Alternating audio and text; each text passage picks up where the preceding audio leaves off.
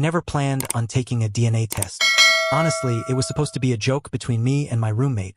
One of those late-night, half-serious dares after scrolling through videos of people discovering they were 5% this or 10% that. My roommate bought a kit, told me to do the same, and we made a competition out of it. Who would have the weirdest ancestry breakdown? That was all it was supposed to be. A joke. A harmless, stupid, impulsive decision. But the moment I spat into the tube and mailed it out, something in the back of my mind felt uneasy. I didn't know why. I had no reason to question anything about my family.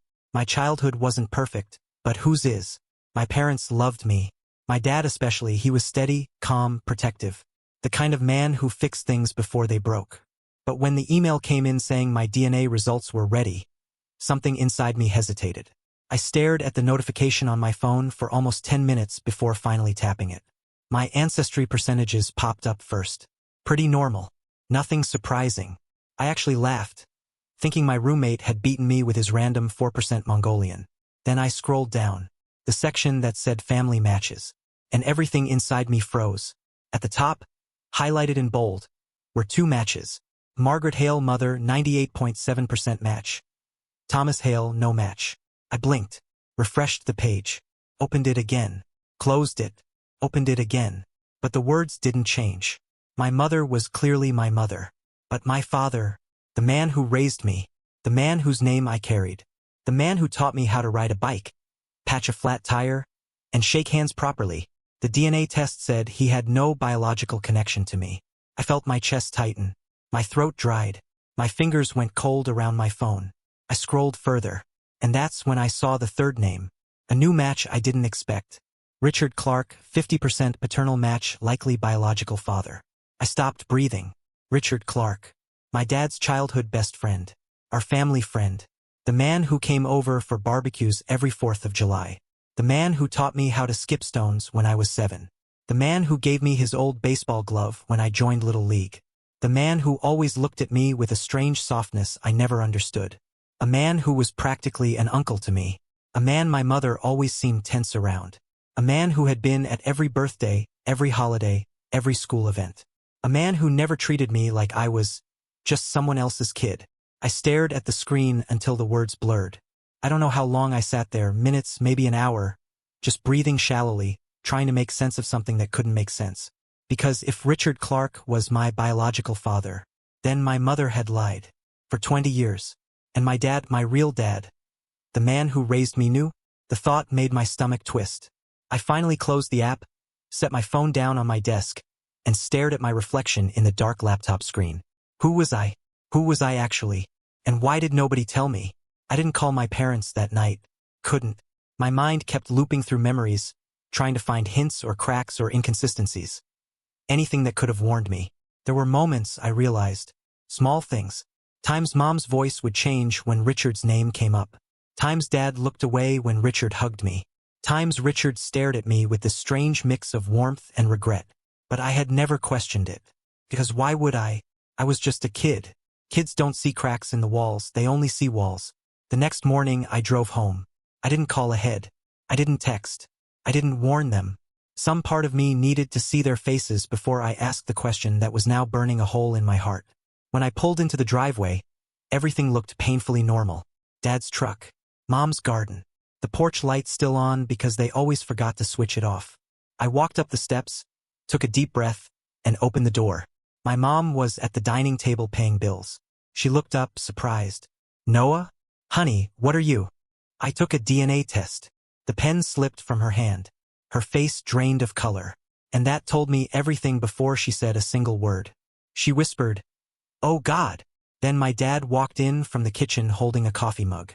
When he saw me, and then saw her, he froze. "Noah," he said slowly, "why are you here?"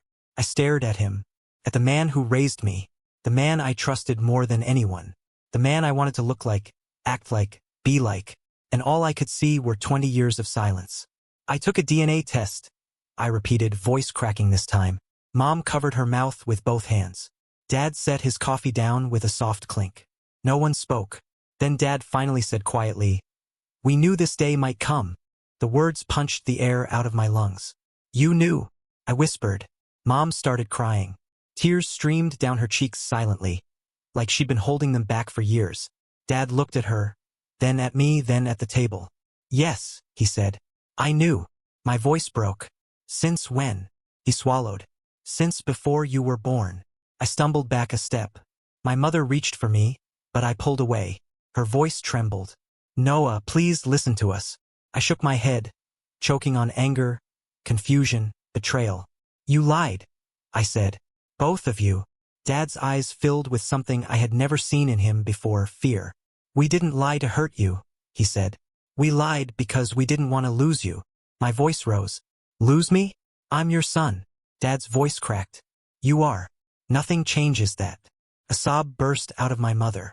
Noah, she whispered. Richard didn't just happen. It wasn't random. It was complicated. My stomach twisted. What does that mean? She froze. Dad closed his eyes tightly, and the truth seeped into the room like smoke. Mom grabbed a stack of envelopes from the drawer. Old, yellowed, bound in a rubber band. Letters. Dozens of them. My name written on each envelope. By someone else's handwriting. She held them to her chest, shaking. I should have given these to you years ago, she whispered. But I couldn't. I couldn't destroy what we had. I stared at the letters. Those are from him? I asked. She nodded, voice barely audible. Richard wrote to you. Every birthday. Every year. My heart pounded violently. Dad rubbed his forehead. He wanted to be part of your life. But I told him to stay away. Why? I demanded. His voice cracked. Because you were my son. And I was terrified that if he stepped in, you'd forget me. Silence fell heavy. Painful. Real. I looked at both of them, the people who raised me, loved me, lied to me. Where is he now? I asked. My mother hesitated. Dad didn't. He whispered. He's been waiting for this day, Noah. My father's words settled over the room like dust. He's been waiting for this day, Noah. I didn't know what to feel. Anger? Betrayal? Curiosity? Something in between? Everything inside me twisted into a tight knot that felt too big for my chest. How long has he been waiting? I finally asked, my voice cracking. Dad exhaled slowly. Since the moment you were born. Mom closed her eyes, tears slipping down her cheeks. He wanted to hold you, but she pressed her hand to her heart. I told him not to. I told him it would confuse you. Confuse all of us. I stared at her, and for the first time in my life, I felt like I didn't know her at all. What happened between you and Richard? I asked. Mom flinched like I'd slapped her. Dad looked away. She gripped the stack of letters so tightly the envelopes bent. Noah, I never meant for any of this to happen. But it did, I said quietly. She swallowed hard. Your dad and Richard, they were best friends. They grew up together. They did everything together. And when you were born, her voice cracked. They both wanted to be your father. Dad's jaw tightened. I am his father. I know, Mom whispered. I know you are. The silence that followed wasn't warm. It wasn't comforting. It wasn't the kind that holds a family together. It was the kind that breaks one apart. Finally, Dad spoke again. He's at his workshop. He goes there every Sunday morning. He hesitated. He'll be waiting. Mom gently held the letters out to me. My name, written on each envelope, stared back at me like ghosts of years I didn't know existed. I couldn't give them to you, she whispered. Not because I didn't want you to know him, but because I was terrified you'd want him more. My chest tightened. She wasn't wrong. Because some part of me, the part that was hurting the most, did want to know the man who had written to me every year of my life, even when I didn't know he existed. I took the letters. The rubber band snapped from age, and a few slipped from my hands and fell onto the floor. Mom gasped softly and bent down to pick them up, but I knelt first. One of the envelopes had torn open slightly. Inside was a folded piece of paper. I pulled it out. On it, written in neat script, were just 5 words. To Noah, on your first birthday. My breath caught. My parents both watched me silently. Their faces hard to read, fear, sadness, love, regret twisted together. I need to see him, I said softly. Dad closed his eyes. I figured you'd say that. Mom looked like she was about to collapse. Noah, please, don't go alone. I stood up. I'm driving. Dad hesitated. I'll come with you. No, I said quickly. He looked hurt, but he didn't argue. I think he understood. This was something I had to face myself. I walked toward the door. Before I reached it, Dad spoke again. Quietly, painfully. Noah, I've loved you every day since the moment you were born. Nothing you learn today changes that. Nothing. I turned back. His eyes were glassy, filled with a pain I had never seen in him. And yet, I couldn't find the words to respond. I left the house without saying anything. The drive to Richard's workshop felt unreal. My hands trembled on the steering wheel. Every time I blinked, the letters on my passenger seat flashed through my mind. Happy 3rd birthday, Noah. Happy 7th birthday, champ. Your 10th birthday, you're getting big. 15 already? I'm proud of you. Words written by a man I barely knew, yet somehow knew more deeply than I realized. The closer I got, the heavier the truth felt. Did he watch me grow up from a distance? Did he want to talk to me? Did he want to be my father? Why didn't he fight harder? Or was he told he wasn't allowed to? My mind spun as I pulled into the gravel lot outside the workshop. It wasn't a fancy place. Just a weathered wooden building with big windows and old tools leaning against the exterior walls. I had been here dozens of times as a kid. Richard had taught me how to sand wood, how to sharpen a chisel, how to build small wooden models. He had always been patient, calm, proud. More proud than I understood at the time. Now I knew why. I stepped out of the car. The smell of sawdust and varnish filled the air. I walked to the door, hesitated for a moment, then pushed it open gently. The small bell above the frame jingled softly. Inside, Richard was hunched over a workbench, shaping a piece of wood carefully with a carving knife. He didn't look up. Shop's closed today, he said. But come in, Noah.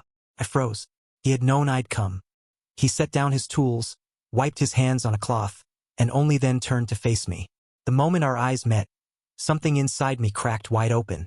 He didn't smile. He didn't look afraid. He didn't look surprised. He looked heartbroken, and relieved, and proud. Hi, Noah, he said quietly. My throat tightened. You knew I'd come? Yes, he whispered. Your father called me. I stiffened. He told you? Richard nodded gently. He said you found out, and that you deserved the truth from me, not just from them. My breath caught. Dad had called him. The man who raised me had sent me to the man who biologically created me. Why didn't you tell me? I asked, voice trembling. Why didn't you say anything? Richard's eyes softened. I wanted to, he said. God, I wanted to. Every single year. His gaze moved to a wooden box on a high shelf. Not hidden. Not locked. Just waiting. Inside, I already knew, were dozens of letters like the ones Mom had kept. But your parents asked me to stay away, he said. And I respected their family. I respected their marriage. My voice cracked. What about respecting me? He inhaled sharply, as if the question cut straight into him. I thought giving you stability was more important than giving you truth, he said. I didn't want to tear your life apart. You still did, I whispered. He closed his eyes for a moment. Then he reached for something on his workbench. It was a small wooden carving. Tiny wooden fox. I recognized it instantly. You made that for me? I whispered. When I was 8. He nodded. I never stopped making things for you. My chest tightened painfully. Why? I asked. Why would you care if you weren't allowed to be part of my life? He stared at me. Tears filled his eyes. And he whispered, because you were part of mine. I swallowed hard. He continued softly, Noah, I'm your father. Not because of blood, but because I loved you before you even existed. I loved you when you were just a possibility. And that never went away, no matter what your parents asked me to do. My hands shook at my sides. I didn't know whether to scream or cry or run or hug him. So I just stood there, frozen, breaking, healing, hurting, everything at once. Finally, I forced out the question that had been burning in me since the moment I saw the DNA results. Did you ever want me? His voice cracked wide open. Noah, I never wanted anything more. Silence. Heavy. Real. Then he gestured toward a chair. Sit, he said softly. There's a lot you need to know. I stepped forward. But before I reached the chair, Richard added quietly, and it starts with your mother. I sat down slowly, the wooden chair creaking beneath me. Across the room, sawdust floated in thin lines of sunlight, dancing in the air like something alive. Richard sat opposite me, his hands clasped tightly together, his jaw shifting like he was fighting the weight of words he'd carried far too long. You said it starts with my mother, I whispered. He nodded, eyes heavy. It does. A knot tightened in my stomach. I wasn't ready for this, but I needed it. Richard, what happened between you and her? He took a deep breath, and then another. It wasn't what everyone assumes, he started softly. It wasn't an affair built on betrayal or secrets. It was, he exhaled shakily. It was a mistake born from hurt. I frowned. Hurt? He nodded. Your parents were having problems then. You weren't born yet. They were trying to start a family, but they had trouble conceiving. Put a strain on both of them. Your father pulled away. Your mother felt alone. My chest tightened. So you stepped in. He flinched, not defensively, remorsefully. Not intentionally. Your mother and I had been friends since childhood. One night, she showed up at my workshop crying. She and Thomas had just had a terrible argument. He said things he didn't mean. She said things she regretted. And she needed someone to talk to. His voice softened. So she came to me. I stayed silent. Richard continued. We talked for hours. We drank a little. We said things we shouldn't have. And one thing led to another. I swallowed hard. She told me it meant nothing romantically, he said. That she still loved Thomas. That it was a moment of weakness between two broken people. He ran a hand through his hair. And the next day, she patched things up with him. They decided to try again. To rebuild. I clenched my jaw. But then she found out she was pregnant. Richard nodded slowly. And she knew I might be the father. But she also knew Thomas wanted a child desperately. She knew he'd raise that baby with everything he had. My voice was barely a whisper. So she chose him. She chose your family, he corrected gently. She chose stability. She believed. If she told the truth, everything would fall apart. I stared at him. He wasn't defending her. He was mourning the situation just as much as she was. So she told you to stay away, I said quietly. She did, he whispered. But I didn't blame her. I knew the life she wanted for you, and I didn't want to destroy that. My throat tightened. Dad told me he asked you to stay away too, I said. Richard nodded. He did. He told me he could love you as his own. And he asked me not to confuse things. Not to complicate them. His voice wavered. And God knows, I wanted to fight. I wanted to tell the truth. But what would that have done to you? To them? I'd already caused enough pain. The workshop fell quiet. Then he reached behind him and pulled down the wooden box from the shelf. My breath caught. It was the same one I had seen my entire childhood. And I'd never known what was inside. He placed it gently in front of me. Everything I ever wanted to give you is in here. My heart pounded. Open it, he said softly. My fingers trembled as I lifted the lid. Inside were dozens of small wooden carvings. Animals. Miniature tools. Little replicas of objects I'd loved as a kid. Things he made for me. But never gave me. I made one every year on your birthday, he whispered. Even after I stopped seeing you as much. I swallowed hard. And the letters, I said. He nodded. Your mother took them. She said she'd keep them safe until the time was right. My chest tightened. The time was never right, apparently. Pain crossed his face, deep and sharp. I know.